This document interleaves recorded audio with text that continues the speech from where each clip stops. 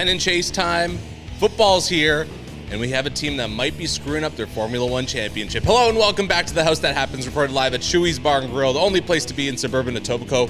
Voted 4 times the best dive bar in all the GTA. #1 in our hearts. The Phoenix rising from the ashes. And you know you love it. Hi, my name is Andrew Milani. Hi, my name is Cruz. How you doing? We're going to be, what would you call this? We're going to be brisk, efficient, and probably a lot tighter than we've been for a long time because my accomplice has more important duties to tend to with that wonderful color commentary he's about to give later this afternoon for. And some play-by-play. And play-by-play, yes, yeah. He's a guy of many talents there. How you doing, buddy? Good. I think I'm working with Zach today, actually. Oh, that's really cool. Give him a shout-out. I will. Definitely do that. Speaking of shout-outs, you have any for this show? I'm just thinking that there's only a couple. I was sometimes things get weird in life, but you got to give a shout out to Nick Kyrgios, one of the most insane tennis players, smashing his racket, never won a major, all the skills in the world. Do you know he's doing color commentary at the U.S. Open? Yeah. He's absolutely entertaining. He's a great analyst. Yes, that's what I'm saying. He was like, I just said, what's this guy doing on TV? Like, what, would they bring a whack job on TV? What for? Well, they brought McEnroe. Wait a second. John and his brother Patrick, they're as good a duo doing their sports as any in sports. Like but he was a whack job on the court, though. No, he wasn't. He was. Listen to me, jerk. Stop it. Listen, if you say something bad about John McEnroe at my house, security will remove you. He was just what you would call adventurous. I mean, look if they had those electronic eyes back in the day, I wonder how many times McEnroe would have been right. Well, that's not the point. Okay, and anyway, he wasn't. He was just a little feisty. You know, we were born under same moon. I think we were born within 30 days of each other. But yeah, there was good. Shout out to Nick Kyrgios for being highly entertaining. I want to shout out our boy Jamal Murray for getting paid. He got a 4-year, $208 million extension from the Denver Nuggets. Always nice to see our Canadian NBA players getting the respect that they deserve from their teams. 100%. I like 100% in that.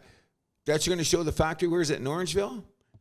I forget that biochemistry place or whatever where they have the Canadian kids go there. Oh, it's not BioSteel anymore. But, whatever it is, yeah. You know what I'm talking about. In any event, that's just saying, like, for me personally, and it's just happening in real time in your life, like 15, 20 years ago, we were like sporadically putting players in the league, whatever way, whatever have you. But now that we have almost a academy, look what we've done.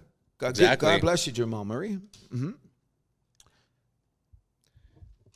Do you have any other shout-outs? Yeah, I had one more, but I can't even remember it is. It's Sunday morning, by the way, people, and I've been up like really early, and that's not good for me, so my brain's probably going to take 6 or 7 minutes to kick in or whatever you're going to say. But I want to shout out, the only one thing I want to shout out is there is so much stuff on TV that you can watch, and you got to sift through a stone to find out what's going on. But if you look out there, I want to shout out to, do you know who Michael Lombardi is yet? Yeah. Everybody, take a little boo at what he's got to say. If we're gambling, that's what I'm talking about. Point spreads and stuff. He's a disciple of Belichick, and he's a guy that hung out with Al Davis and the Raiders back in the day. Mm-hmm. But there's all of us, like myself, like you, we all have a perspective on what we think is going to happen. We're all making our picks and stuff. But this guy's his historical point of view, which I always like to look at in the trails that come down to the games today. Like some things just happen because historically that's what they do. Like the Kansas City Chiefs winning 3 Super Bowls in a row. Not yet. That's what I'm saying. We've only had week 1 to go. But a guy like him will say he's like 50-50 on that. But anyways, his picks have been like, what was it, 70% right last year against the spread? Wow. Yeah, and sometimes the ones that he got burned on was like Aaron Rodgers 4 things in, and he picked, you know what I mean? There was games that he got burned where we all got burned because something weird happened. But big shout out to Michael Lombardi. I run to see him wherever he is. Great talker. Very, very good too. If you're a football guy. Any other shout outs? No, not at all. Okay, so we like to shout out the MCM, which is going to be next Saturday. Thank you very much. And where is that going to be?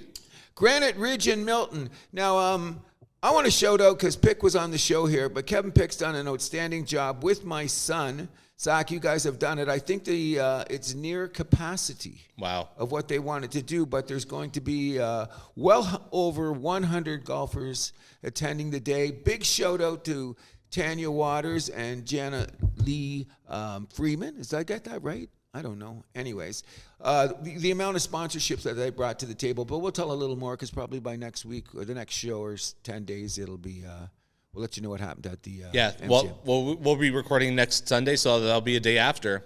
Point well taken. Yes, it is. Oh, I might be a little foggy that day. Okay, just putting that out there. You know what I mean? Absolutely. And then do we have a San Fran Sluggers report? Well, it would be remiss of me if I did not say at least congratulations to the San Fran Sluggers. We did get to the final game of the season. However, we fell a little bit short. And we got a shout out to, what are they called? Lucky Charms. Not the most, what you would call in good gentlemanly competitors kind of thing, but they won fair and square. Mostly it was due to the fact that I'm going to say this, guy, because someone's got to say it. When I seen the lineup to start the game, I already knew we were in trouble. Why is that? Sometimes you got to work on your game. Sometimes you got to play a little better defense. Sometimes you got to swing the bat more than once a week, because when you do get up the bat, the first 2 swings you're taking are practice anyway. Mm-hmm. So big shout outs to the seniors, though. John, Pedro especially, who pitched us through, and to myself personally, who had a far better second half than first. And everybody has conceded the fact that, I was a little injured at the beginning, but coming down the stretch, even my son said to me, Dad, your bat was much better than mine. I was shocked. Biggest shout out goes to everybody on the team. The camaraderie was excellent. We had a good time. I'm hoping everybody comes back. Good to get to know Anthony a little bit better. Danny, I'm still not going to like you because you're cheering for the Green Bay Packers, but that's another story. But mostly of all, Maddie, all you guys that came out, most of all, big shout out that I got the opportunity to play with Cody McDonald, who was easily our MVP. Like I said, I was bringing out Roboset for the guy because he was getting a sore back from carrying the goddamn team. But it was absolutely a pleasure to play for you. San Fran Sluggers, here's the number one thing you got to realize. Sometimes you got to lose to win. Keep your head up at all times, even when you win and even if you lose. Get in shape over the winter, and we'll see you next spring. See you next spring for another, hopefully, wonderful season of San Fran Sluggers baseball or softball. I'll be even better next year because, it took me about 5 or 6 games to get into it. I forgot how to hit. I forgot how to do things. But then like I said, joy and repetition. Went to the park by myself, hit off a tee, threw the ball, swung the bat. And by the way, spectacular catch by one of the best fielders in the game on Lucky Charms. Andrew, I rocked this ball. This kid went out and got about, 7 feet in the air because he was a bit of a rover. I thought I could sky him. When I was playing second base and he got out to second base, he looked at me and said, I can't believe I caught that ball. I said, I can't believe you caught it either. I was the one that drilled it, you know what I mean? But I had still a 2 for 3 night. And when you're playing softball and you don't get, and I don't mind hitting last. So next year, if I start off as the last batter in the lineup every game, I'm good with that.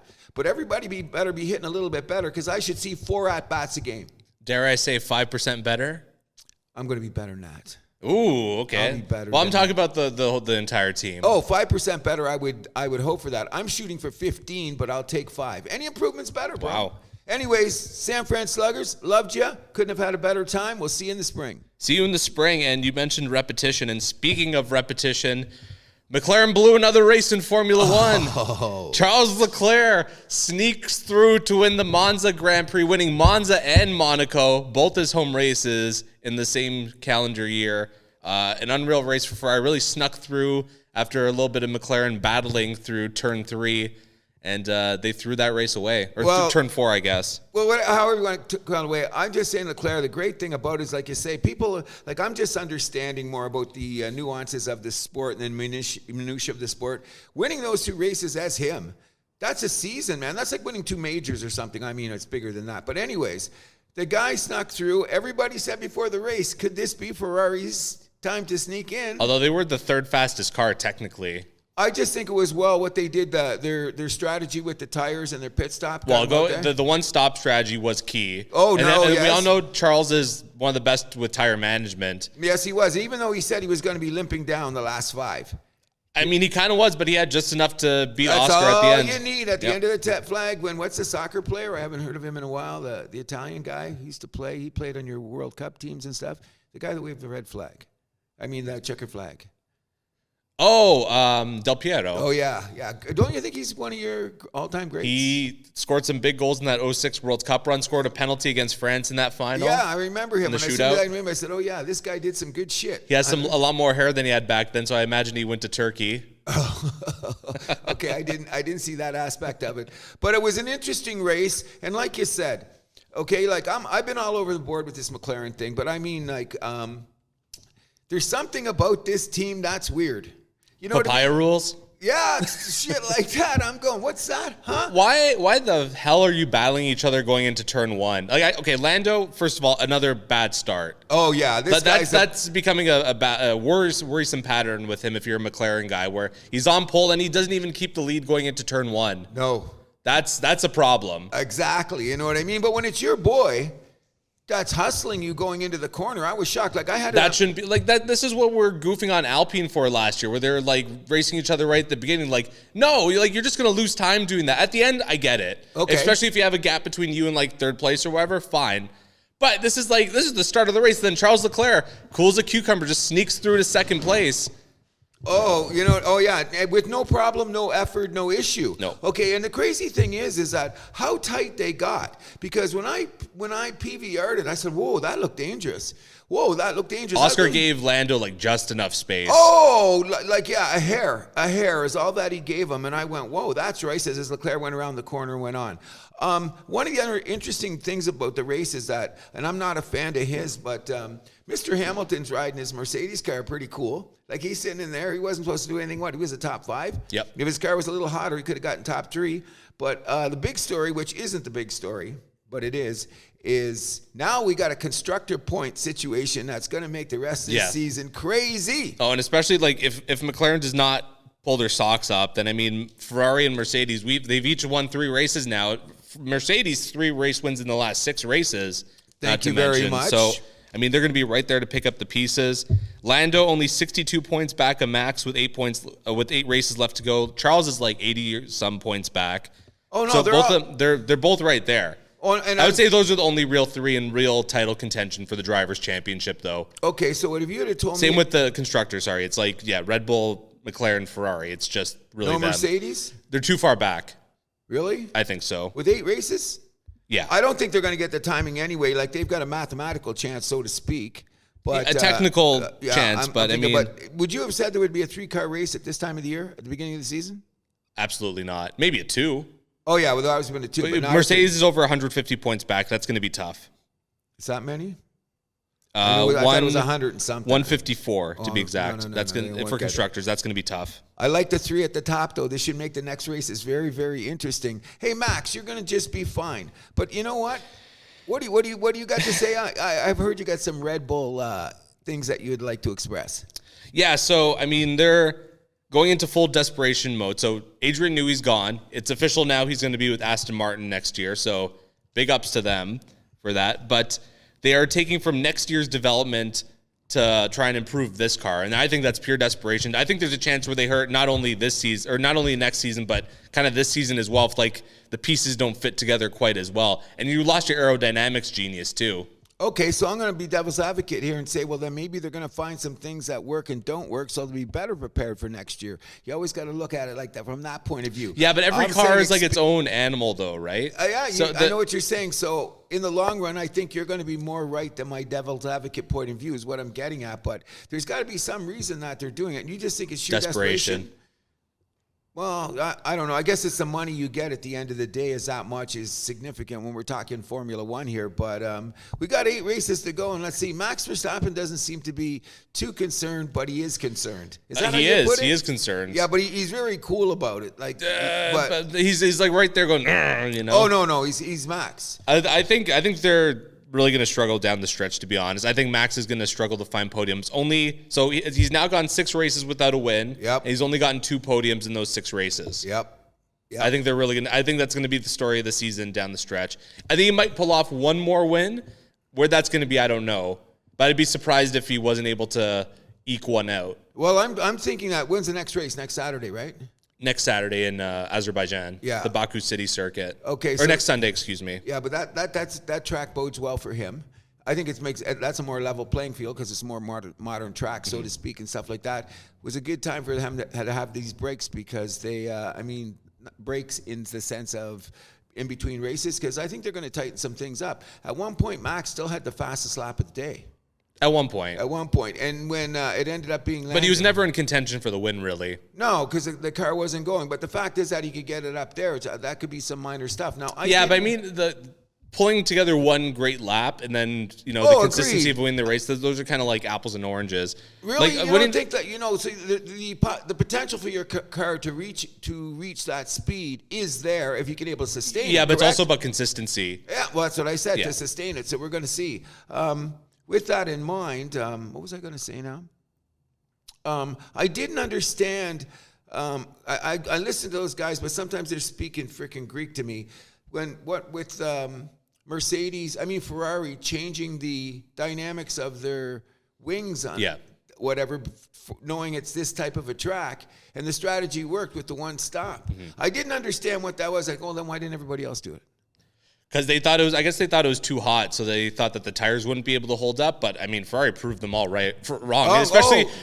We all thought Ferrari was screwing over Leclerc after that first pit stop, right, with the undercut. Exactly. And I was ready to be like, oh my God, Ferrari throwing away another race. Here we go.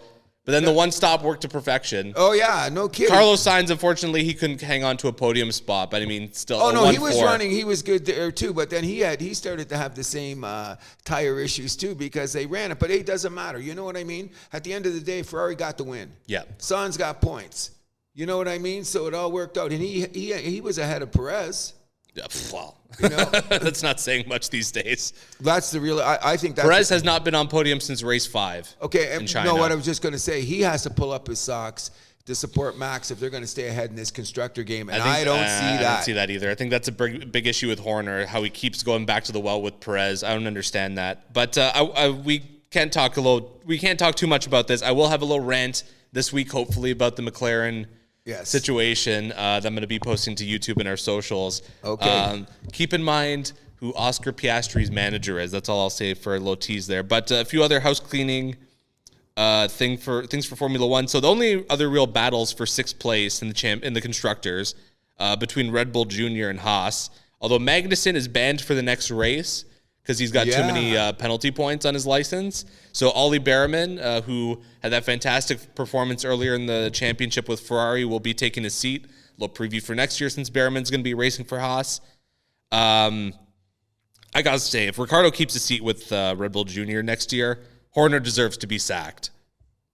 Really? Yeah, come on. Well, you know what? If Red Bull goes off the cliff by the end of the year, he'll be the one that falls on the sword. There's no. Well, he's on a different team though. He's the junior team, right? Okay, that's true. It should be Liam Lawson. We all know he's the better driver.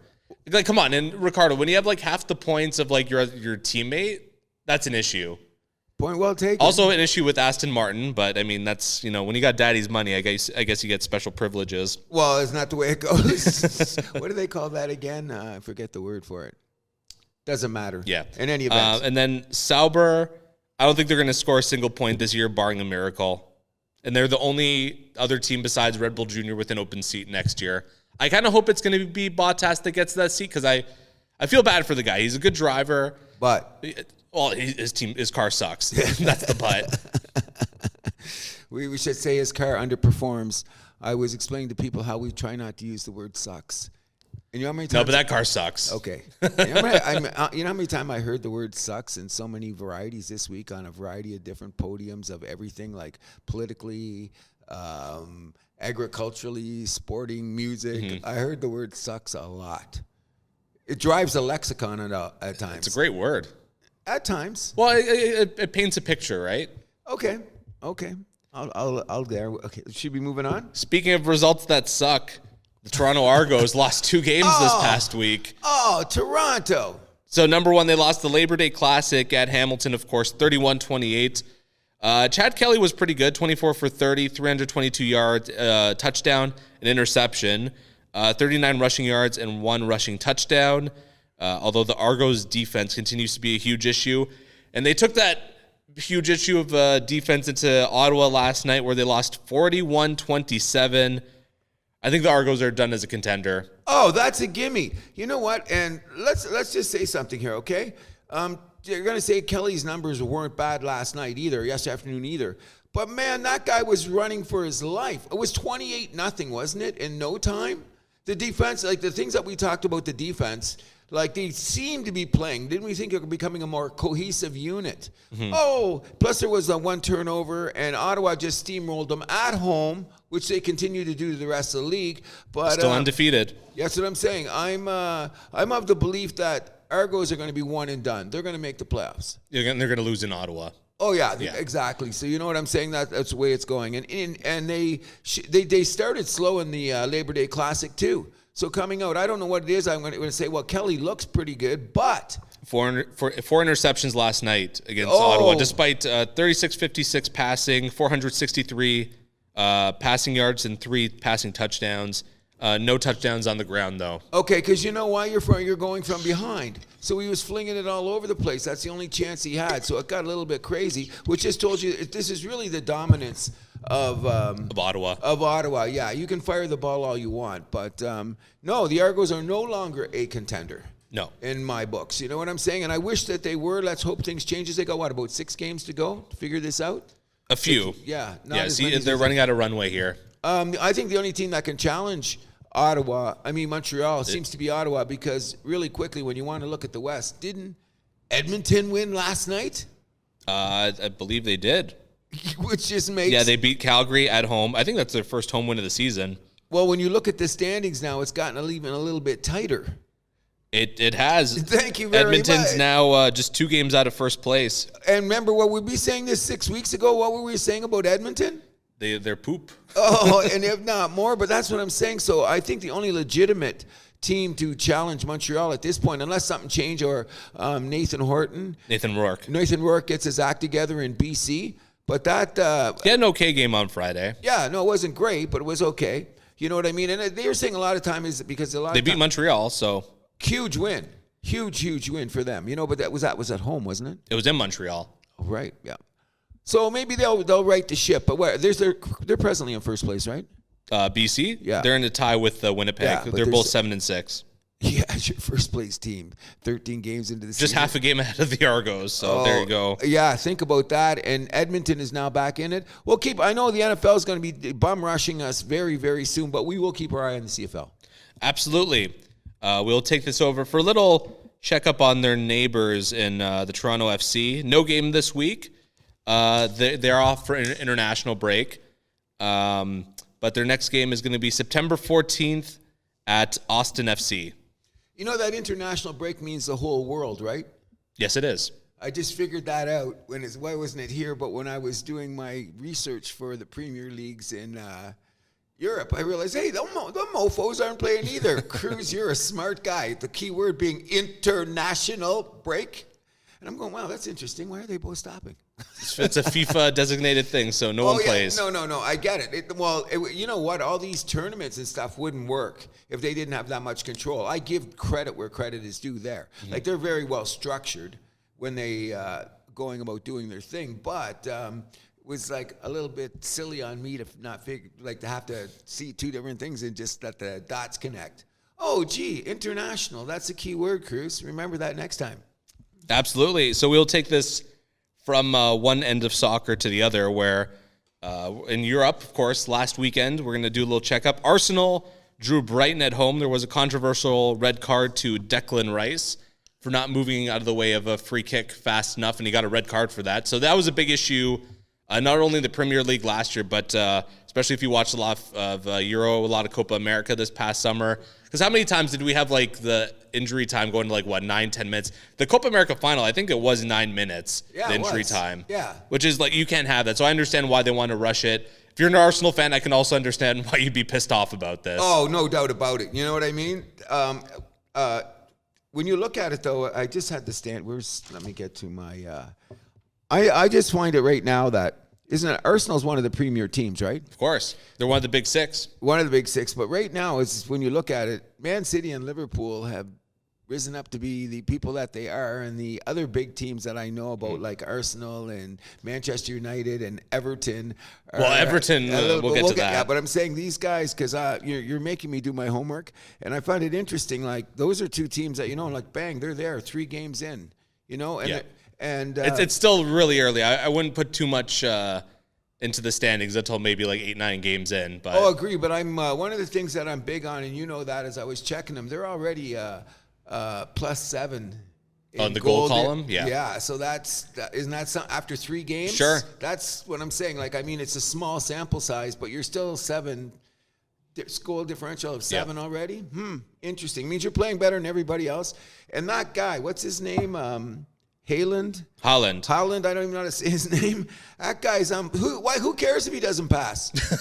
Well, he's a striker. His job's to score. That's what I'm saying. Like, he'd be like a cherry picker in the NHL, but he got some nice goals. You know what I mean? Another hat trick for him against West Ham United last weekend in a 3-1 win. Yes, you know what I mean, which bodes well for their +7 goal differential. You know what I mean? But then again, they're not a very good team, are they? West Ham? Yeah, they're kind of mid. Like mid, yeah. Yeah. And it was in Man City, right?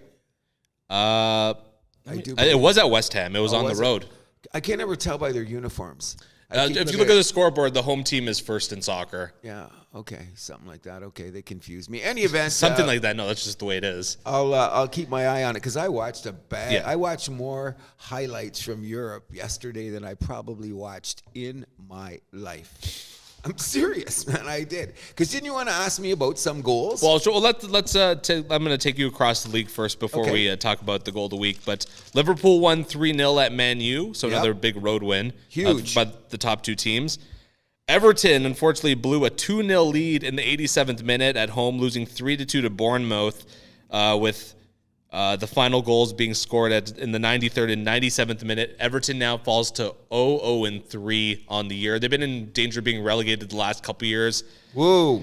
Sorry, Stephen, I know you're a fan of the team, but they are not looking good. Who is Bournemouth anyway? Bournemouth? I know it's they're in Premier League every year, but they're... I know, but they're mid too. But they're lower mid. They're a city somewhere in England, right? Sure.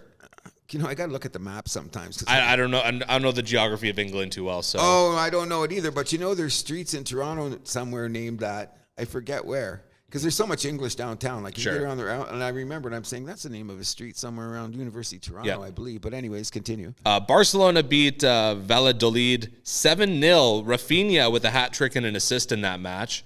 And your boy, the youngster, had a couple assists there too.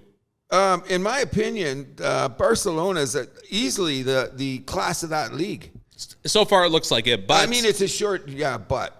Mbappe had 2 goals in a 2-0 win over Real Betis. First two goals in La Liga. We were waiting for that, and if we finally got them. I know, and you know, it could look interesting, but Barcelona's coming out of the blocks. You know what I mean? And after 4 games, they played 4 games now. Yes. And they haven't seen no losses, and their goal differentials are already different because they play 32 games.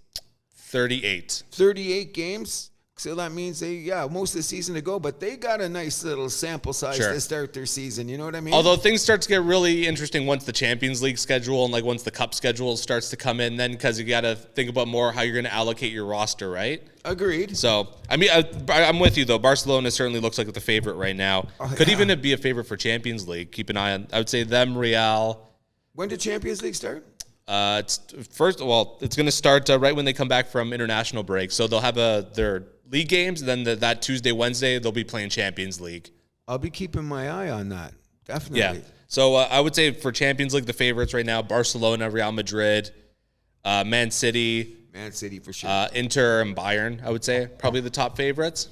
I thought because the German league has only had 2 games so far. Yeah. So they play the least amount of games too. Oh, did they? Yeah, because there's less teams in there.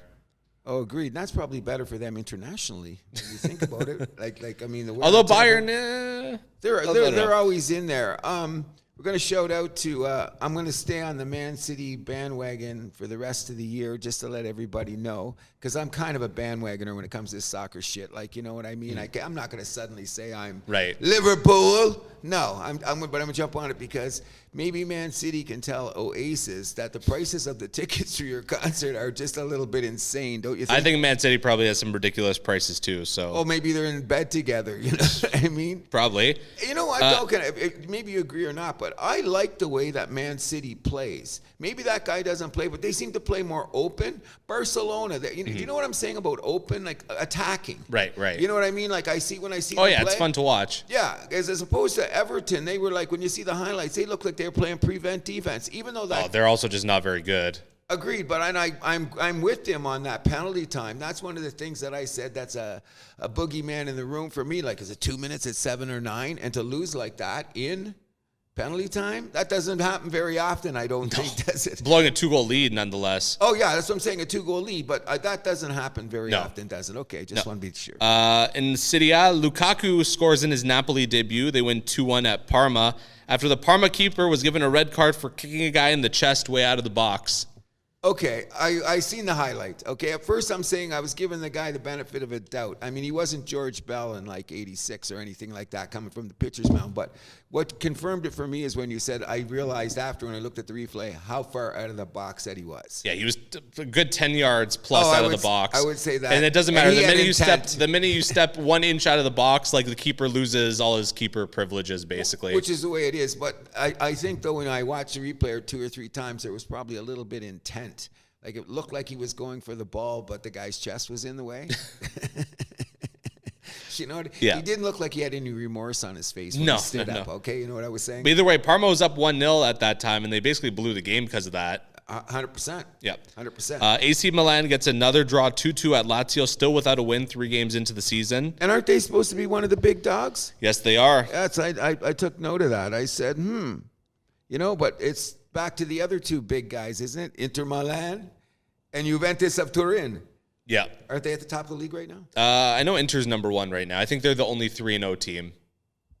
I think, but you know what? I don't think Juventus is lost. I think they have 2 wins and a tie. Yeah, but it's all about the wins, though, because you get those 3 points, right? Oh, yeah, 100%.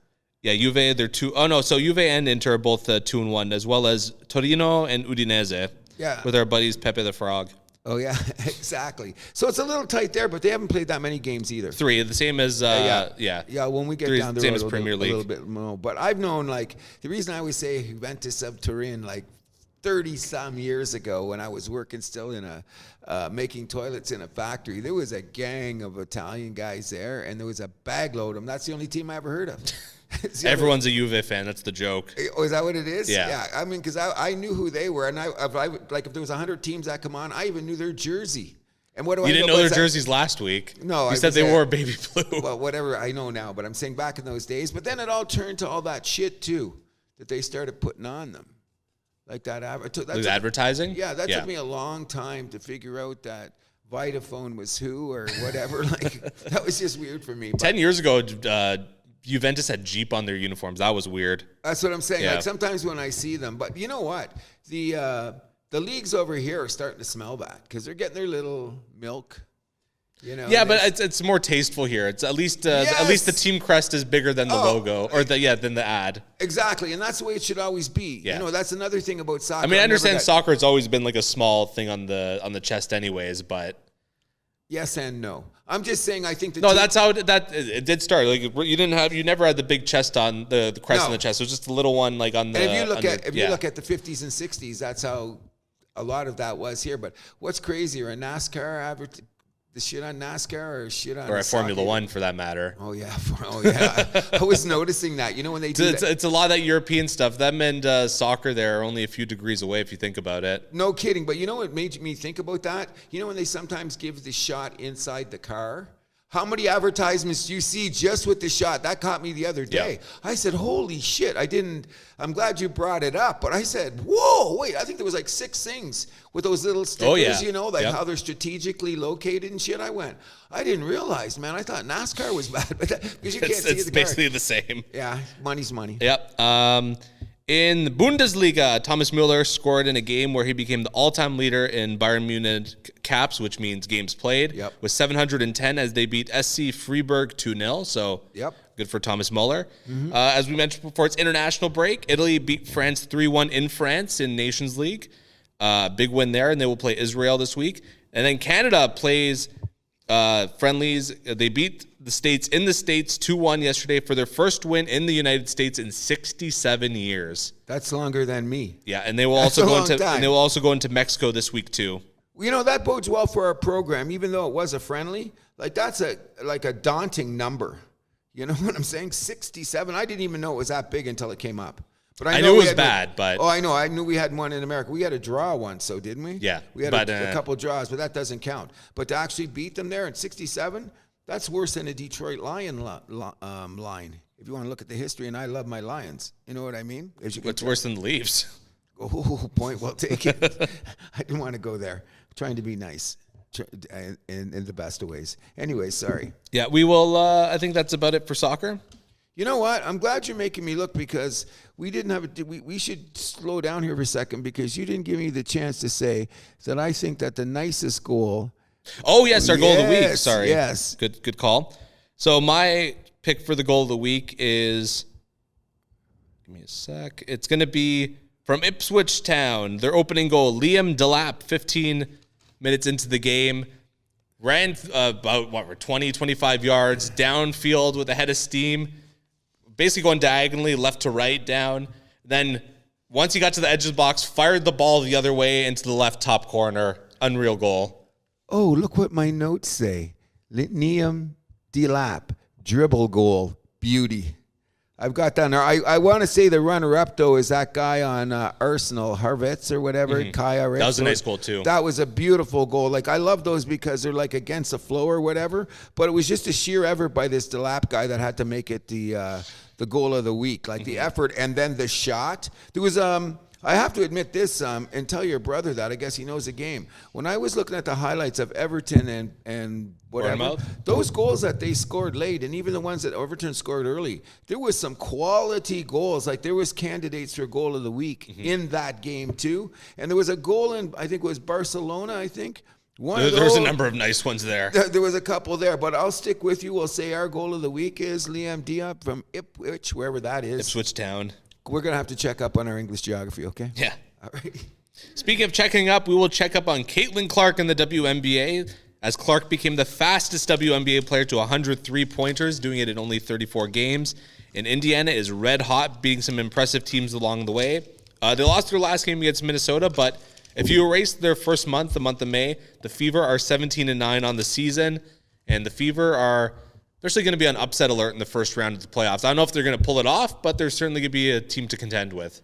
I want to give a shout out to some of the naysayers that come out there about how the game was played and who says what and what Caitlyn Clark's position is. But I think Shaq this week put this to bed. You know what I mean? And Shaq was one of the guys making jokes about it earlier in the year. And Barkley, again, was on a big national show, and they're just saying this. I'm going to be curious. My take on it is because of her dominance on popularity-wise. I hope that she makes a couple of rounds of the playoffs, because I've vested enough interest in the WNBA this year that I want to see what A'ja Wilson does, racing her way to a championship, and some of the other great girl players around the league. And I wonder what the numbers are going to be for the finals.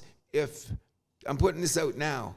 When Caitlyn Clark's not in the finals of the WNBA, I wonder what the numbers are going to be opposed to if she had got there. Oh, sure. So what's going to do is what these guys are saying, like Barkley and Shaq now, is, hey, girls, this is your cash cow. How many times have we said it? But now that we're getting this close to the end, and she has had a spectacular season, there's no more talk about Rookie of the Year, even though I'm very sorry to hear that Angel Reese screwed up her wrist and won't be gone for the rest of the year. Yeah, done for the year. That's the way it's going to go. But anyways... the race at the top for the teams at the top is going to be quite interesting. I think they're just going to knock everybody out, and it's going to be down to Connecticut, Vegas. I think New York's the favorite. And New York, too, yeah. Like, there's, like, those four teams. Like, when we get to the semifinals, I'll be shocked if those four teams, because they play best of 5, right? Yes. Best of 5. So I don't think that, no, Caitlyn Clark's not going to be, like, she might be scary in the first round. She might even win a game. But after Could win a series. Maybe the first one, not the second one. No, I have trouble seeing her get to the finals.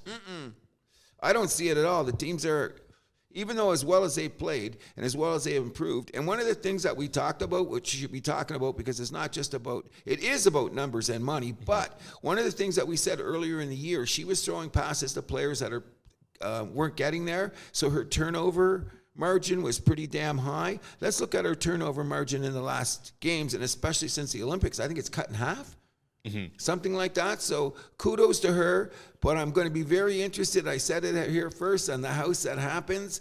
Let's see what the numbers are once Caitlyn Clark gets knocked out of the playoffs.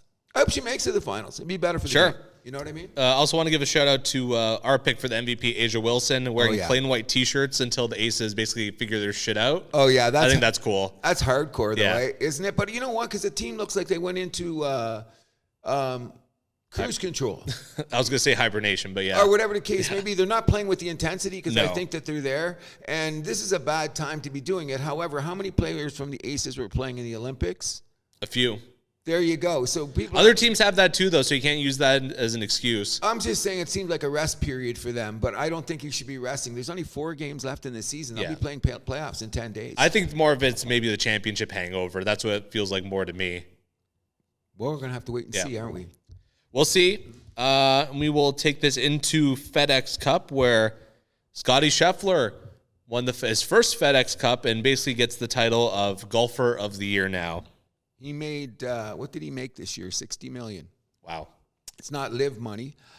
Still good money. Oh, it's still good. I'm going to say this about it. Everybody knows I'm a golf fanatic, and I've seen every round, every shot, every hole, and I found that the championship was anticlimactic due to the fact that nobody gave Scheffler a run. However, this is his 3rd time being in Morikawa had the best weekend, though. Oh, easily had it. You know what I mean? He would have won the tournament if it was a regular, this is how we do it kind of thing. And it's taken him along because I picked him in a lot of tournaments to win, and he only ended up in top 5, so I didn't advance to where I thought it was going to go. But kudos to him anyway, because he had 7 wins this year. That's Tiger Woods territory. You know what I mean? And what this has led to is that made-for-TV show, which is going to be, I can't wait. You've heard about it, haven't you? DeChambeau and, what's Buddy's name? A guy I love, Koepka, against Rory and Scotty.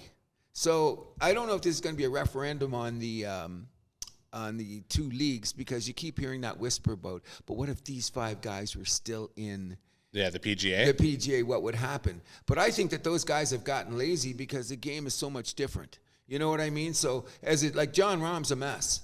Like that guy was like, he was toe-to-toe with, before he signed with Liv, he was toe-to-toe. He was winning majors. He was toe-to-toe with Scotty at that time. You know what I mean? He was considered at one point, is he going to be the number 1 or flirting with number 1? And it didn't happen. But I think it was anticlimactic. I'm not going to say it was boring, but it was like makeshift. You knew it was going to happen. Like one of those books, like where it's a contract book and you're reading the last 50 pages and you go, I read this whole book and this is all I got. Kind of deal. But congratulations to Scotty. Number 1 for him and for Morikawa. And don't forget Xander Schauffele. He had a great season too. But what these guys done is they've kept the vanguard of the PGA Tour alive because of the importance of the events they play, the tracks they play on, and they play 72 holes. Exactly. You know. So that's it for golf? Mm-hmm. All right. So we will take this into the other major individual sport, tennis, where the U.S. Open is on its final legs. We want to give a shout-out to Diallo, the Canadian. He lost to Tommy Paul 6-7, 6-3, 6-1, 7-6 in the 3rd round. But the big, tall boy has got a bright future ahead of him. He's going to be my favorite player. You know what I mean? And don't you love his hair? Oh, yeah. I like his look. You know, I thought my offspring could have looked like that. You know what I'm saying? Kind of deal. But the kid was in over his head once push came to shove. Like, he won the first set and he looked good. But you just see he's still, he's that thoroughbred that just hasn't learned to get properly out of the casing, so to speak. But he's got a lot of tools. He's a big boy. Like, once he put some weight on. You know, like hit the gym, kid. Like, what is he, 6 something? I don't know. 6'8" or something. Oh, you see when he goes over and he shakes hand with the guy across the net from him, he's usually like a head. Right. But he's going to be a good Canadian kid. I hope he doesn't go into that. Where did you come from? Are you spoiled and you forget it along the way? Because how many people, like Felix is still there, but look in the last 2-3 years. Okay, let's start with the Eugenie Bouchard till now. How much excitement was generated by these kids that we thought were going to do it? And Andrew Sesko did win a major. He won the U.S. Open, yeah. And what have we done since then? We've looked embarrassing. You know what I mean? Our performance in this year, it wasn't for Diallo. Our performance in the U.S. Open this year was abysmal. Yeah, agreed. Everyone else out in the 1st or 2nd round. The thing about this, or in the 1st round, I think everyone else was out. Yeah, except for him. The thing that kind of pissed me off about this tournament is that, and it's a personal thing, I was so busy on Friday, I thought my PVR was set, and it wasn't. So I've watched every match except for the Tiafoe Fritz 5-game thriller. You know what I mean? Like, that was one of the matches of the tournament. I seen the highlights, but of course, Tiafoe said afterwards he cramped up, but he definitely looked like he slowed down. Like something went on. But then, you know what I'm saying? As Fritz said, so what? Stay in shape. That's basically what he said. You know what I mean? Like, get a little bit more cardio or whatever the case may be. At one point, they had a 37-stroke rally. Wow. 37. Like, they were out there. It was heavyweights. Have you seen the highlights? Like there was shots. It was good there. But at the end, it just looked like Tiafoe ran out of gas. Congratulations for Fritz for being the first American to make it to a final since 2006 when that was Andy Reddick. And what did he win? I remember that. Yeah, that's a long time ago. And Andy was in the crowd. I think it was great for American tennis in all aspects because the girls were in the semifinals. Emma Navarro made it to semifinals with Sabalenka in over her head. Pegula against Sabalenka in over their heads. But the pride of Buffalo. Oh, yeah. But those two girls are, the owners, right? Yep. Oh, she played fantastic. I like her game too. But we're going to see a lot more of them in Australia. Because, we're only talking 3 months away. Let's get to Australia because congratulations to Sabalenka being only, the 5th person that won the 2 hard courts in 1 year. Remember I told you that? Yeah, Sabalenka defeated Pegula yesterday 7-5, 7-5 for her first U.S. Open title, although she made the finals last year, and her 3rd Grand Slam overall. She won the last 2 Aussie Opens. There you go. So she's the queen of hard court now. Exactly, so to speak. But you know what? When we said that Serena never did it, I went and took a look, and you're right. But Serena won. She won a U.S. Open, then she won the next Aussie Open. So so it's kind of inflated. What would you call it? Stat. You know what I mean? But it's interesting. Sure. Because it's always about the calendar year, is it not? But we picked Sabalenka before the tournament started. Yeah. You know what I mean? And you know what? I said, I thought it would be Zverev and Sinner. That would be close. Zverev never really does well in the majors, though. And he looked shaky when he played. Like, when it got push come to shove, he got pushed out. You know what I mean? I thought he had more game, but he didn't. You know what I mean? But that was an excellent match, by the way.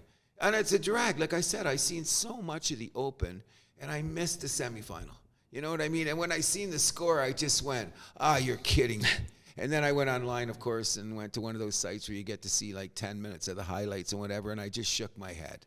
You know what I mean? Yeah. I was so bad, I wouldn't see the scores during the day, and I'd be up to 3 a.m. watching matches. Oh, damn. Yeah, with my guitar in my hand, strumming and just watching the matches, didn't know the score. Good tennis this year. As a matter of fact, sometimes I don't think people realize the quality of the play when you're watching a major of this level. And it's all about Forest Hills in New York, Queens, late night. It's the more I see it, I'm loving that tradition even more, so to speak. You know what I mean? Absolutely. And of course, we got to yell out to the guy that you were trying to insult earlier in the show. It wouldn't be great if we didn't have McEnroe brothers doing the commentary. I didn't try to insult him. I'm just saying he's a little bit of a hothead back in the day. I'm defending him, Mac. Like your Aussie boy there. Yeah, but I can't believe him. Kyrgios? Yeah. I can't believe him. I think he could dress a little better at times because sometimes he looks like he's getting ready to go to a rap show or some shit. You know what I mean? But that's his shtick, and that's how it's going to work. But the main thing is what he does on the air. You know what I mean? I'm getting a little tired of some of the older women because they're starting to sound like they just say the same things over and over again. Like, their perspectives aren't as good. Chris Everett's okay. Pam, what's her name? They run into the crowd. Stop that. We've all seen what's happening. Oh, by the way, do you know how much I actually listened to the commentary? Not much. No, but it was McEnroe and his brother Patrick. I turned up the volume. Otherwise, I said, nah, I'm good. And also, so the men's final is going to be today. Sinner versus Fritz. It's going to be on at 4 p.m. I imagine one of your 4 screens is going to be on that this afternoon. No. Are you going to record it? I'm going to record it. Okay. Because you know what's going on today. Football. You know what I mean? So I'll probably watch it when I'm watching my beloved Lions because I won't know the score, and I'll put it on another screen. There you go. Yep. So we will take this into the NHL, or I guess hockey in general. So first of all, the big news is PWHL Toronto is going to use Coca-Cola Coliseum as their home arena for this season, which is something that I've been calling for since a long time. Day one. Good shout out to that. You know what we're going to do? We're going to make a point of going down to the game. And by the way, if you're interested, I might have a connection to get us into some Brampton Battalion games for free. Brampton, they're Steelheads. Brampton Steelheads, yes. Okay. Yeah, let's do it. I'm down. Okay, he's like, I've already put the word in, and because I know Patrick Santos, the Filipino fanatic, he works there. And I said, you ever run into tickets? He goes, yeah, I don't usually take them, but no one wants to go. I said, in the future, if some tickets come up, and I thought of you right away, let's go see it. Yeah, I'm down. I've never seen an OHL game. Oh, I haven't seen one in years. But I'm saying, yeah. Actually, that's a lie. I went to see an Oshawa playoff game this year. That was my first one. Right, yeah. And how good was the hockey? Oh, it was fun. Of course, that's what I'm saying. So if we can get into the place, it's a nice arena, we'll go. But anyways, let's get off that subject and back to the things that matter. Yeah, so PWHL, Mark Stahl announced his retirement. So big shout out to him. Yeah, he had a okay career. He had an okay career. An okay career, is that what I'm going to say? Yeah. To tell you the truth, out of the 3 Stahl brothers, I would take him last. I mean, that's not exactly going out on a limb. Okay, would you say the same though? Yes, absolutely. Okay. Even though the brother, not Eric, Jordan, he's my fave, just because of his two-way play. Mm-hmm. You know what I mean? He's not Hall of Famer either. No. Although he's closer to that than Mark, I would say. Oh, in a big way. Like I said, people forget, like in some of those playoff games, when he was out there defending the guys, doing all the mucking. Well, he was a big part of that first Pittsburgh championship Thank you with very Crosby. Much. Yeah. So he got a ring there. But anyways, Mark, to a great career. Team Canada has their group announced for the 2026 Olympics. They will be in Group A alongside Sweden, Italy, and Switzerland. So, I mean, Switzerland and Sweden, those are obviously some games to watch out for. France, it is announced that they will take Russia's spot if they are still banned, and we talked about this before, and they probably still will be. Okay, did you hear the scuttlebutt that's going on? All these guys are up in Muskoka. What do you mean? They're all up there playing. They're scrimmaging. But they try to keep it private, of course, like the Elliot Freemans of the world, and everyone's got to look at what's going on. But I think it was either Matthews or I forget who. They arranged it. Again, Crosby was involved too, but the scuttlebutt is the line that couldn't be stopped in the scrimmages consisted of Sidney Crosby, Nathan McKinnon, and Mitch Marner. Interesting. That's what I said. That means obviously McKinnon went to the wing. Yep. You know what I'm saying? But we haven't seen anything. It's all scuttlebutt. But the fact is that the whispers came out when these guys were on the ice. Their magic was unbelievable. But we're talking August and Muskoka. Exactly. I'm not going to read too much into that. But I thought that's an interesting prospect into it, which gives me 1 second to say, Mrs. Milani, this is especially for you, the Toronto Maple Leaf Report. It's really, really quick. And I just want to say hello to Mitch Marner's dog, Zeus. Shout out Zeus. Zeus got him. He's just a great-looking dog. I'm going to put my name in there because in case Austin's on the road or Mitch is on the road, I'm sure either one of their dogs would be happy to hang out with Stanley. So I'm going to put my name in to be a dog walker for the Toronto Maple Leafs. That's the best I can do for the team at any time, at any point. You got to hang out at the Ford Performance Center. Yeah, and I'll say, hey, how's your dogs? And I'll bring Stanley down. Hand out flyers, Yeah, I'll hand Stanley with them. As soon as they see Stanley, I'm in. That's what I'm thinking. You know what I mean? So that's the Toronto Maple Leaf Report. And you brought up Elliot Friedman, so he has a new co-host for the 32 Thoughts podcast, Kyle Bukauskas, which I think is a pretty good choice. I think so, too. And I was wondering how he was going to get a break because he was so young, and all the people that are around him in the whole NHL, there are a lot of older guys. Like, there's not, sure. You know what I mean? Everybody's over 40. A lot of them are over 50. Okay, you know what I mean? So to bring a fresh face in, and when you hear him before the games, he's very well spoken and very well informed. I don't listen to that podcast enough because I wasn't a Merrick fan anyway. But I'm going to... Thank you very much. No, I'm just going up for you. What's that? Because I love Jeff Merrick. Did you? Yeah, I do. I wasn't. I identify a lot with him. He's a hockey nerd. That's I do me that. Incarnate. But sometimes he rubs me the wrong way. And Why? He never says anything nice about Montreal. So I'll put it in that. He never says anything nice about Toronto either. Yeah, but he's still a fan or he's still a homer. But anyway, I don't think he's a Leaf homer at all. Okay. Anyways, that's not the point. He keeps things pretty even, I would say. We're ever going to find out why he's out of there? Probably just a money thing. Really? Yeah. I think people are looking too deep into like this, whatever in the conspiracy theory stuff. Okay, I'm not going to buy into that either. But I think something came along contractually, probably yes. Oh, agreed. Okay, but I think that probably created a little bit of friction between him and Elliot. That's my personal opinion. Because who's the main guy in that show? Or are they even? Well, Elliot's on Hockey Night. He's not. Yeah. There you. Oh, and where's Kyle coming from? Hockey Night. Oh, gee, what a He's their top coincidence. reporter there. Thank you very Or much. they're like an arena reporter. Anyways, I I'm should looking say. forward to see him, listening to him on the podcast. Yeah, the first episode came out the other day. I didn't even get it because I forgot I unsubscribed because I thought the podcast would be over. Oh. But either way. Rose ashes, Phoenix from the ashes. Much like Shoey's. Thank you very much. Construction to begin soon, people. Yeah. Leon Draisaitl signed an 8-year, $112 million contract extension with the Oilers worth $14 million per, the highest cap hit in NHL history, ... until McJesus's new deal kicks in.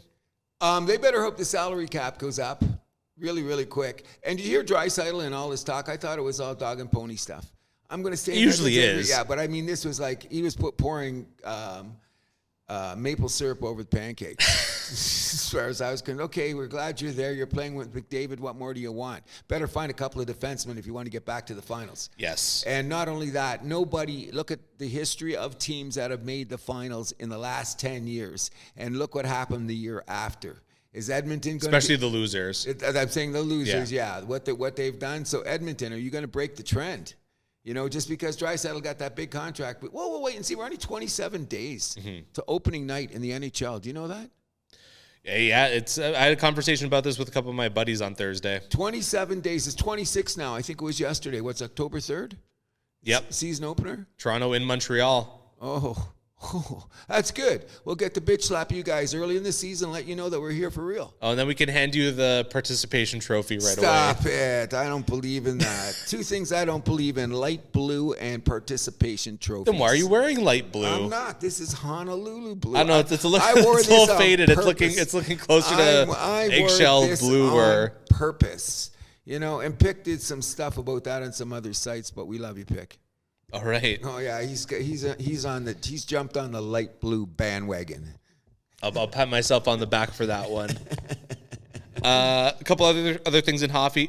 Cole Caulfield to wear the number 13 to pay tribute to Johnny Gaudreau. I think that's a class move. I imagine as a Habs fan, you must love this as well. I thought it was absolutely amazing. I knew they had a connection. I just didn't know how deep it was because they're both Americans, and he's been both probably small guys too, which probably adds to why he identifies with him. Oh, let's double down on that. They both went to college. They came out of college programs. So they Caulfield of Boston? No, he wasn't Boston College. He was Minnesota, wasn't he? Or Duluth? Well, that's in Minnesota, somewhere out there. But in any event, so they had seen those camps. You know, those American development camps? Yeah. So apparently he followed them around. I think it's the classiest move ever. One more time, I want to shout out. I don't know how the Gaudreau family's getting through it, but still, we're thinking about you. Absolutely. And lastly, Torrey Krug is going to be out for the season after he's going to have to get surgery on his left ankle. Apparently, this is an old injury that's kind of like snuck up. They were hoping to avoid surgery, but I guess they couldn't do it in the end. And unfortunate for him and for the St. Louis Blues. Well, I'm glad they. It's too bad because I don't want anyone to be injured, but it sounds like one of those ones where they got to go in and scrape the ankle. Ugh. And they say that's what makes it dangerous because it's one part of your body that's most susceptible to infection, I've heard. Many, many years ago, Grant Hill had this operation. Mm-hmm.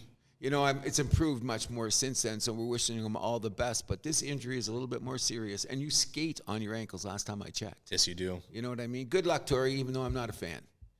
Good luck to him. Yep. And we will move this. Or anything else for hockey I should ask first? No, we're good. All right. We'll be doing our hockey preview within 20 a month. days. Yeah. There you go. So we will take this into the world of football, despite doing a preview show. Of course, we had more to talk about. We'll start off with the college scene where Florida State, after all their whining and bitching last year about not getting into the playoffs with that undefeated season, are already out of playoff contention this year after losing to Boston College 28-13 and Georgia Tech 24-21. Oh, I know. And it's bad karma. Don't I'm Karma's friend. I hold her hand. I walk her across the street. I bring her flowers. Do not mess with Karma, and that's what happened to Florida State. In a 12-team playoff, 2 games in, they're already in trouble. However, oh, they're done. However, I wouldn't say that. They run the table, which I don't think they do when you see their schedule. However, let's just see the mayhem that's already in college football. We'll just do a quick little rundown of it. My boys, Michigan, which I told you I was scared to death in that game because of our quarterback situation. Matthew McConaughey led Texas into the big house. Number 3 Texas. Number 3 Texas walk into the big house to shake hands with Derek Jeter, who was the honorary captain of Michigan that day. Hey. Slapped our girlfriends, stole our weed, and drove off in our cars. It was a rough day for Michigan, so they're now 1-1 with Oregon, USC, and Ohio State on the schedule, and losing 18 starters and 14 drafted into the NHL. Go NFL. Blue, NFL, go Blue. I'm already saying we're in trouble for playoffs. And you guys got to go into Ohio State this year too, correct? Thank you very much. So we're already, I think there's 2 games in, that's how significant it is. There's other 2 points I want to make. Notre Dame played North Illinois $1.4 million to come to their house and play, and lost on national TV last night, which knocks them down from their number 7 rank to who knows where. And another thing is, there's a brand new coach in Nebraska. I forget his name. I meant to write it down, but they said they're going to come from the ashes.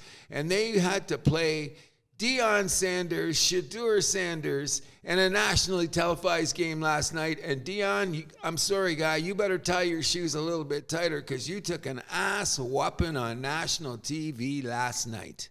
Yep. So Colorado's already looking like with a 12-team playoff. You know what I mean? So we're talking about storylines to start the season and narrative. Florida State, Notre Dame, Michigan, Colorado. All got their lines. And look, it could be a whole new scene in the college football playoffs. Were people really expecting much from Colorado with second-year head coach Deion Sanders? Switched about 40 players, went through the portal like nobody else. The rumors about Saudi money. And that's one thing I keep forgetting, the portal. It makes things a lot easier to change over. Well, there's a lot of stuff on Deion's plate. You know what I mean? And Deion's not afraid to keep his mouth open, and he's not afraid of the press, even though we're still not happy with the fact that he is not letting that reporter ask any questions. But after last night's loss, I can see why, because that guy would have had fodder to beat the band. Because if Colorado doesn't tie their shoes up pretty quickly, that program will continue to be the irrelevance it was for the last 20 years before Deion got there. You know? Anything else for college? No, but we'll keep our eyes open. So for the NFL, a couple news pieces just coming into the House That Happens Newswire. For number 1, no new contract for Jamar Chase, as is he playing?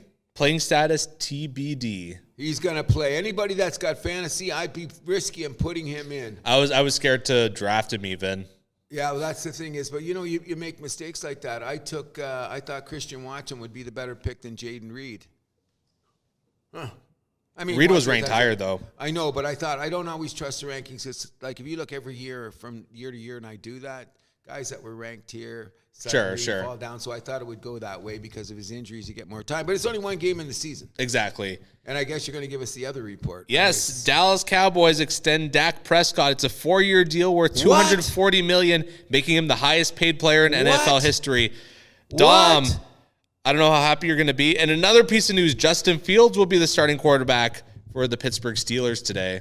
Oh, no. As Russell Wilson is dealing with the calf injury. Oh, no. That changes things dramatically, especially from a betting point of view. You know what I mean? Yeah. I still think Atlanta's going to win that game. Oh, I do too. I think Atlanta's going to be a sleeper of the league, but as we discussed in the preview. However, let's get back to the Dak Prescott thing. Dallas, first of all, Dallas gets too much. I already said that. I'm sick of Dallas or whatever. But what is Jerry Jones trying to make a splash on opening day? Is that his gig? Like, come on. He got how much money? Stealing all the headlines. Hey, oh, that's a Jerry Jones. For the rest of the week, not just today. Oh, I'll be fast forwarding my PVR. Should Dak get paid? Shouldn't he got paid? Why did they pay him 4 years? How much is guaranteed? Did they say? 100 mil? It didn't say on the headline. Let me see if I can find that. 240. It's got to be 100's guaranteed. I would say that. Maybe if not more. Nothing yet. Nothing yet, eh? And then what a dog and pony show in freaking in Dallas. You know what I mean? Speaking of dog and pony show, Tyreek Hill was detained by police for a driving violation outside the stadium, but he will still play. Oh, Tyreek, what's next? You know what I mean? That's that stuff right there. What we should bring up, because there was 2 games there, and I hate the Packers, but I was sorry to hear that Jordan Love sprained his.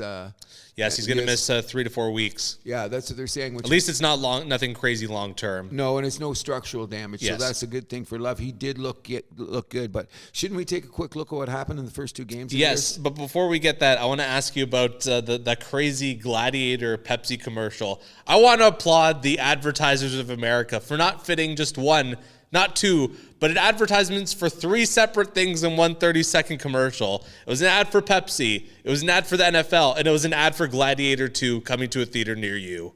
Wow, I haven't seen it yet. Gladiator 2? No, I'm saying the commercial. The commercial? Oh, it was all over that Kansas City game. I'm surprised you missed it. No, because you know what? I watched the game.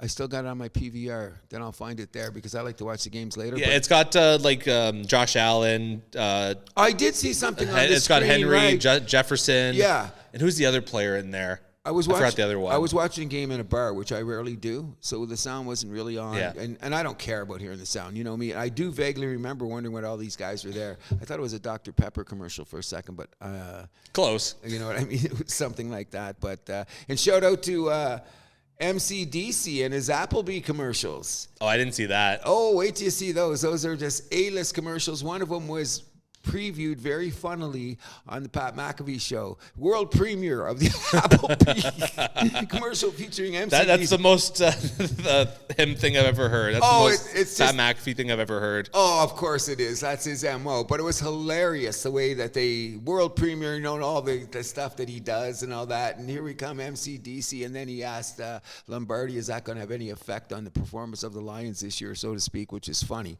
But everybody's in on the bandwagon because have you seen the 10-minute musical about the Manning cast? I heard about this. I haven't seen it. Oh, moments are absolutely hilarious. Get a chance. I guess it's online. It's on YouTube.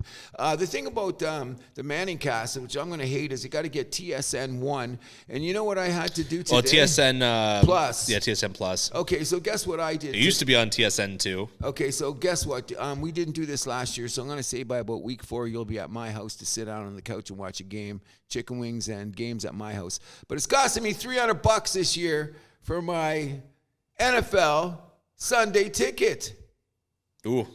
That's last year was just over $220, $230. That's I thought about it, but when you look about it, it's still only costing me what, $15 a week to watch every game. When you think about it, you put it that way, it's not too bad. It is, but still, it's a little bit expensive. Last year was just over $10 a week. But being the football junkie that I am, and you knowing my setup, if I don't have Sunday ticket, I'll be losing my shit. Right. So, and I'll get into my usual routine where I'll put the 4 games on that I want to watch and PVR everything else. So I got all the time in the world to watch much football as I can. But let's get back to...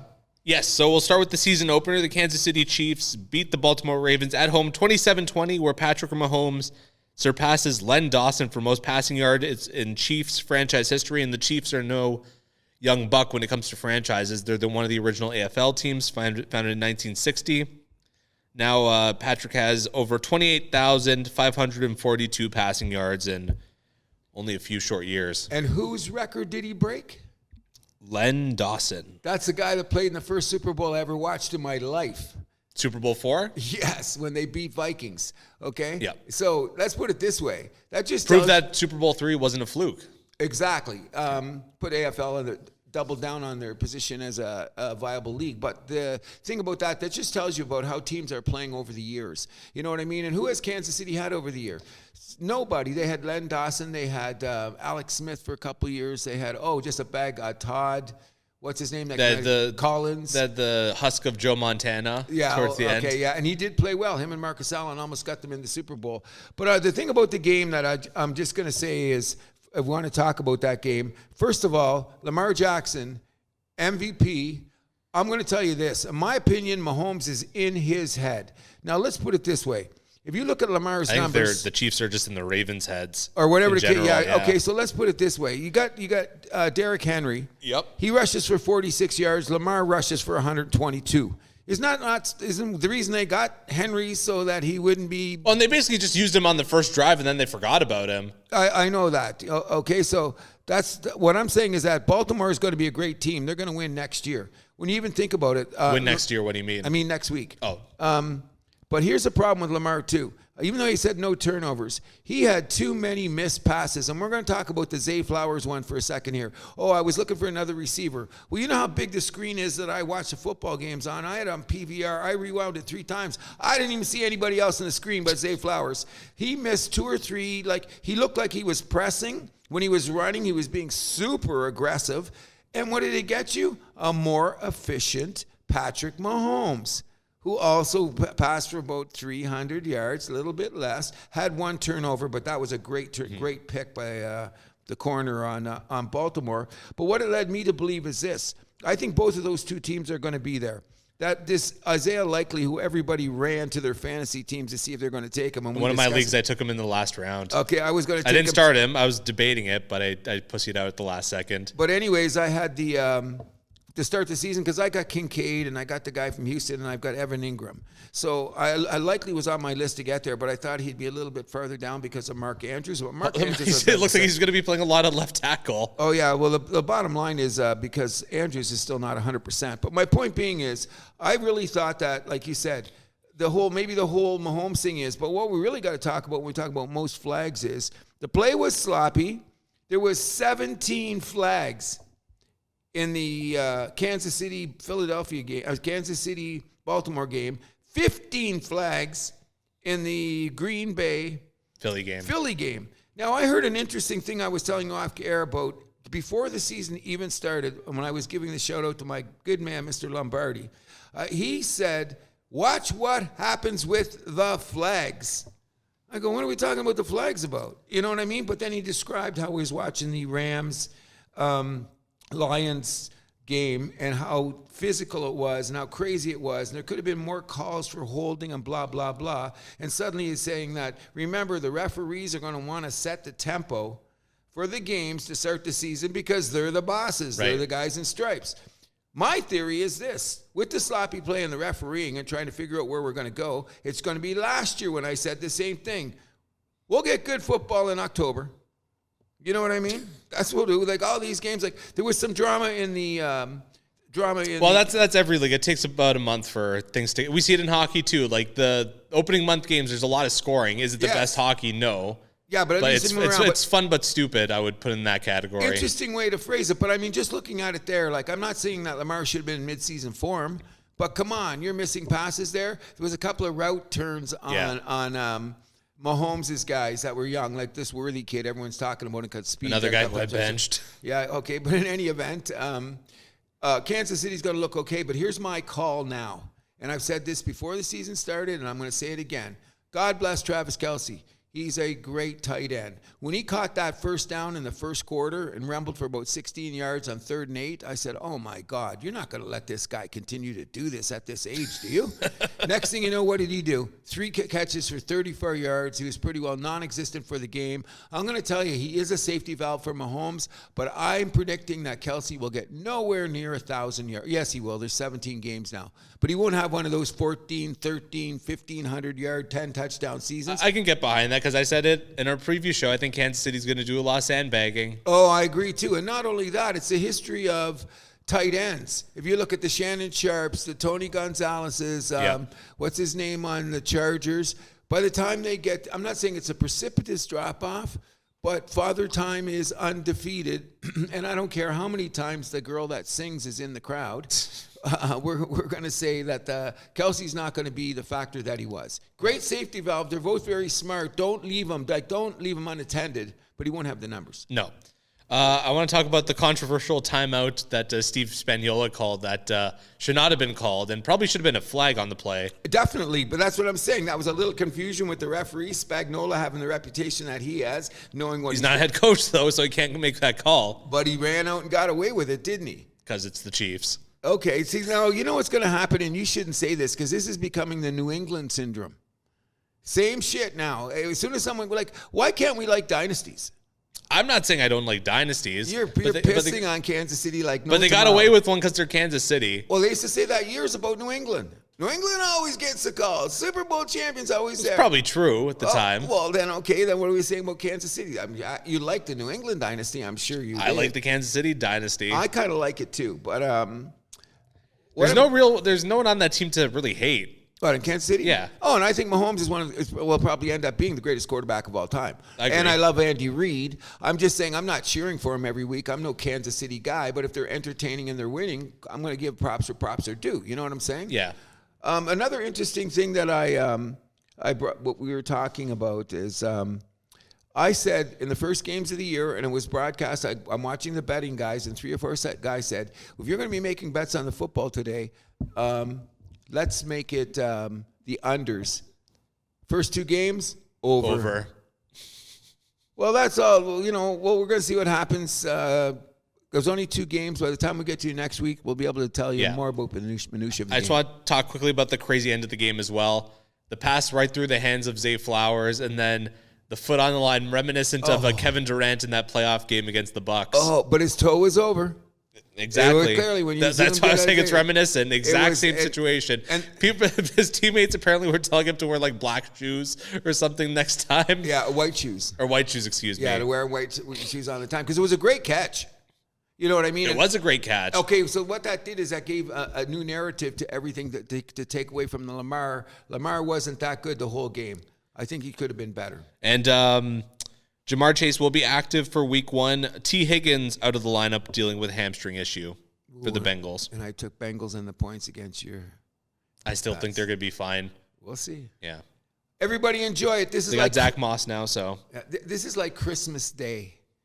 First day of football. When I'm going to be working. Okay, well, I'll keep you posted. As you are working, let's move this along really quick. Yes, exactly. We'll move this along to the MLB, where we're officially in pennant chase fever mode. But firstly, a shout out to Bowden Francis, AL Pitcher of the Month. Yes. 34 in the third innings pitched, 1.05 ERA, 0.41 WHIP, 39 strikeouts, and batters only batting .089 against him in that month.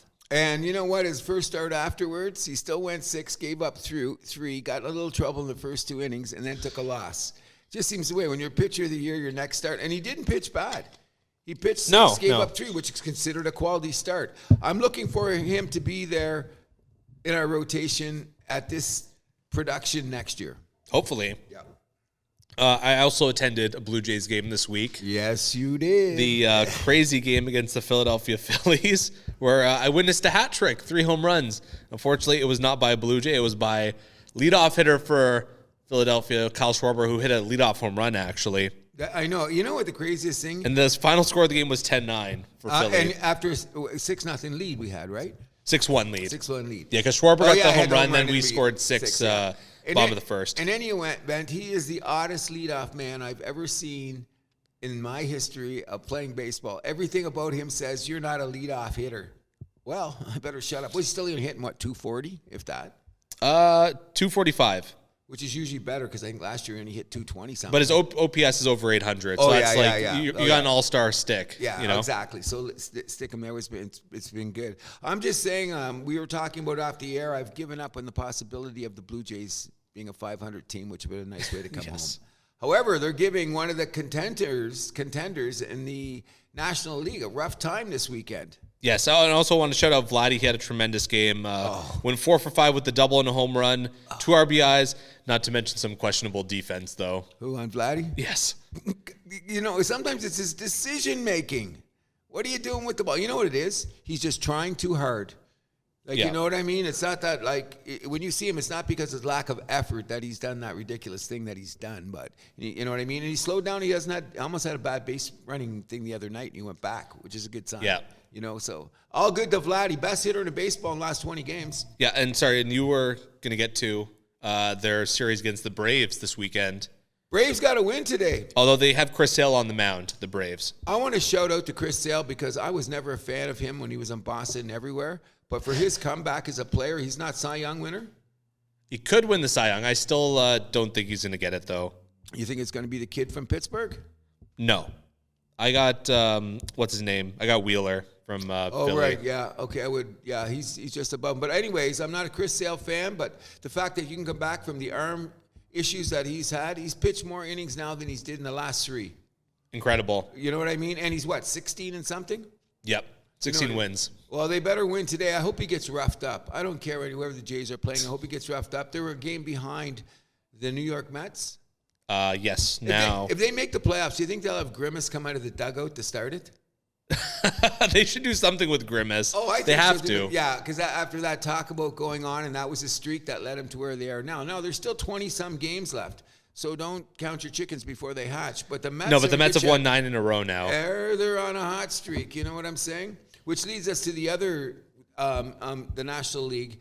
That race is pretty well over when we thought it was going to be crazy. How many times we're going to say that? But the thing that has surprised me, what was it, 2 shows ago? We were saying, can the Dodgers hold on to first place? And where are they now? They're what, 5 games up on the Padres? Oh, it's over. Yeah, and 6.5 on Arizona, who were 1 game behind 10 games ago. Yeah, and they are 6 games up on the loss column on the Padres and 7 on the yes. D-backs. So this is over. They're going to have the division, no problem. You know, do you think everybody's looking for a LA-Philly World Series? I think that's what everybody's pining for. NLCS, you mean?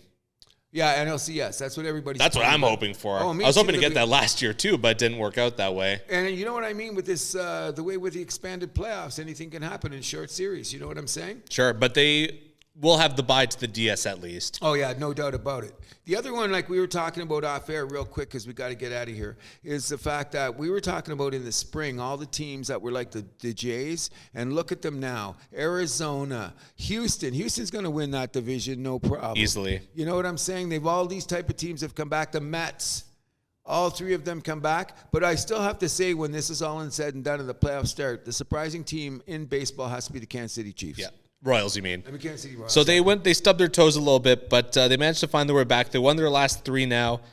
3.5 games back on the Guardians. So that division's not quite closed yet. They got to go on a run. I believe they still play 1 more series against them. I think they do. But they also have to play 1 more series against Minnesota. So Actually, they don't. No? I think the Guardians play 4 against the Twins, and Kansas City plays the Twins, right? So Kansas City is playing the Twins right now, and Kansas City took the first 2 games. Mm-hmm. So that should secure their spot for the playoffs. But I think all 3 teams are going to make the playoffs. Yes, because I mean, at this point, for Boston or Boston Detroit to make it, no, they both fell. Detroit kind of peeked their way back in there, but I think it's a little too late. And I was hoping for him, and they still got Skubal though. He's a great pitcher. He's Cy Young winner in my book. There you go. Before we go, just a couple of little notes. What are we going to say about the season? Can Ohtani get to 50-50? It's going to be tight. I'd like to believe so. That'd be awesome if he did. Oh, would he be the first 50-50 player? Never. There's only been 7 40-40 guys. A little on a 50-50. I know Canseco was the first guy to ever do it. Yeah. After he said he would, but he didn't know that no one ever did it before, which I think is hilarious. That's Canseco. A-Rod did it. Did Bonds do it, I think? Probably. There's that many guys, but there's not that many guys that do it. But I'm going to still say that stolen base thing is a little tainted with a little bigger base. Oh, stop it. No, I'm just saying. It makes it easier for the guys to get in front there, too. Oh, yeah, that's what she said last night. You know what I mean? But in any event, we're going to do a little bit more comprehensive take on the baseball playoffs coming up because we really don't have a lot of time because my man here is going to be doing color and play-by-play within the next 20 minutes. Humber versus Centennial. Oh, they won a doubleheader yesterday against Sheridan. Oh, good day. Where am I going to hear? Where can I hear this? You can go to humberhawks.ca. And you'll be on? Yep. I'm going to listen to you this afternoon. 1 and 3:30 the games are scheduled for, although the second game always starts in a half hour after. But a couple more things. Lindor making a push for MVP. Oh, won't get it, but huge season. Could end up top 3. I think that's reasonable, especially with all these first base DH guys. I know guys like you will not be excited to vote for those guys. So exactly, especially what's his name on Atlanta because what is he doing? He's the Ramirez, whatever his name is. Him and Ohtani. Alvarez? No, Alvarez. He doesn't get any. He's still in Houston. Like wait till the playoffs come. He is just a beast. He's got over Ozuna. Yeah, that's what it is. Yeah, he's there, but. Like I'm saying, Lindor has come back. We discussed this off there. I thought his numbers were a little bit weak with the new contract, but no, and the Mets are in a playoff position. Yes, sir. Whereas Atlanta's falling out, which should make a difference on there. We got a shout out. We missed this last week, but Corey Seager became only the 10th shortstop to hit 200 home runs in his career, and he's the only left-handed hitting shortstop to do so. When you told me that number, that blew me out of the water. What do we got, 120 years of baseball? Yeah. 120 years in the first lefty to do that? And all the great shortstop there's been over the years? Wow. Incredible. Wow. Robin Yote didn't get 200 because he went to the outfield, right? I guess. Yeah. I'm trying to think of a couple other guys that should have been there, but I can't really think. But in any event, we're going to wrap it up there, don't you think? Yeah, that's pretty much the show. No trivia this week. Do you have a gospel? No, the reason I did not bring a gospel because you want me to rant for another 7 or 8 minutes when you got to get your ass out of here. No, Cruz, shut the front door and call it a day. I have 2 on the table, but we'll have a gospel. And you know what? During the week, you say, where is that promo? Because I haven't quite. I think it's going to work. I just haven't. Never mind. Okay. Just say, Cruz, you're working on the promo. Okay. Just Ed Illinois, you're working on that promo, and I'm saying, yeah. I just if I pull it off, and I will, I don't know if the quality will be good enough, but it'll be definitely interesting because we at the House That Happens to do things differently. Absolutely. So enjoy the football, enjoy the baseball. We'll be back again around the same time next week. So. Shout out to Humber this afternoon. Shout out Humber. Let's see you guys going, and let's see you're going to make it happen. Good luck to all of you. So I'm going to give you a listen. What else was I going to say? Something about... to my brother, the second biggest Detroit Lions fan on the planet. And to Kelly Stafford, don't be afraid to come into Ford Field. But we're going to be hunting for bear tonight at Ford Field. The Detroit Lions, one of the consensus Super Bowl favorites for the first time in my life. What a day. Certainly is. Anything else got to say? My name is Andrew Milani. My name is Cruz, and what do? We keep the vibe alive. You can find The House That Happens on Podbean, Spotify, Amazon Music, iHeart Radio, Player FM, Samsung, Podchaser, Boomplay, YouTube, and SoundCloud. You can also follow us on Facebook, Instagram, and TikTok at The House That Happens, and follow us on Twitter at House Happens. You can also shoot us an email at thehousethathappens@gmail.com.